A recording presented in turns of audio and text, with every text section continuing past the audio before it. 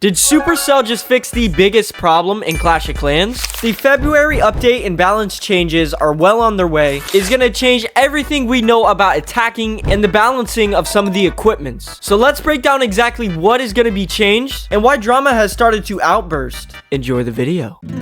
I'm gonna begin by giving you all a little bit of context, maybe if you stop playing the game, but as of recently, Clash of Clans has gotten increasingly easier due to all the overpowered things that they've added to the game, namely the epic equipments and some OP spell and troop combinations that, when used effectively, essentially gives you a 100% 3-star every time you use it. I made a video on it that has over 100,000 views, and I'm not saying that Supercell saw it and made the change, but they basically fixed everything that I talked about inside the video, and they truly listened to the community for once, and I'm very happy about it, I can't lie. Now that I've given you kind of a preview, let's finally dive into what things have been changed and what things are going to be impacted inside of Clash of Clans. First thing being the buff to the Vamp Stash. I'm going to be popping all this stuff on screen, but essentially the Vamp Stash is an equipment within the game which was never really touched by any of the players due to there just being better options. And what it does is the Barbarian King, every time he swings his sword, he's gonna regain back some of his health like a vampire would. And up until this point, it has never became meta and has just been dwarfed by everything else. In my opinion, I am very happy with this change. It might create some diversity inside of offense in Clash of Clans, but next change is to the Barbarian and Archer puppets. And these two things were the original Barbarian King and Queen abilities. Before equipments were in the game, whenever you would hit your Barbarian King and Queen abilities, they would spawn Barbarians and Archers. But once equipments were separated from the heroes and you could level them up individually, these things got left in the dirt. The only use cases for it were going to be Queen Walk due to the DPS increase from the Archer puppet, but that's pretty much it. And looking at all these changes, I feel like this is very constructive and good to bring back some diversity. Again, the epic equipments have been dominating the scene, which I'm going to talk about in a second, the nerfs for those, and sort of creating it to where you don't need to buy the epic equipments to have a crazy advantage, which I'm all for. Final two buffs to equipments are going to be the Grand Warden's Life Gem, buffs on all three stats, which I think is absolutely insane, especially with attacks like Queen Charge and Lava Loons, but we're just gonna have to wait and see. Next up is the Royal Gem with a solid HP increase and DPS increase, but overall I don't think it's too insane, so people are definitely going to be sticking with Rocket Spear and Seeking Shield. But finally, to the things that everybody has been outraged about, the nerfs.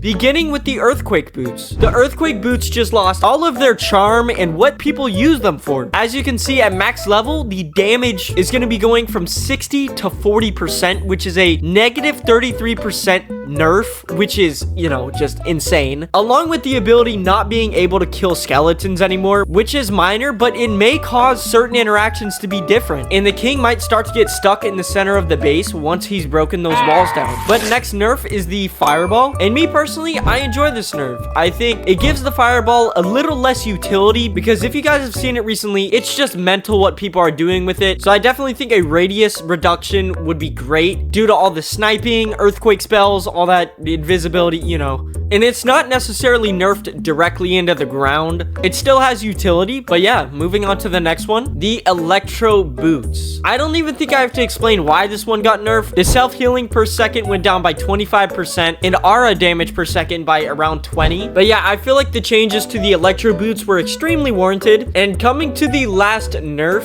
the invisibility spell. And based off what I've seen, everybody, I think they nerfed it just because of its pairing with the Electro Boots. So they ended up nerfing both the invisibility spells and the Electro Boots in the same balance change, which effectively got rid of that strategy. But let me know what you guys think about the balance changes coming to Clash of Clans. Be sure to subscribe and like the video to stay up to date with all my recent uploads. Bye bye.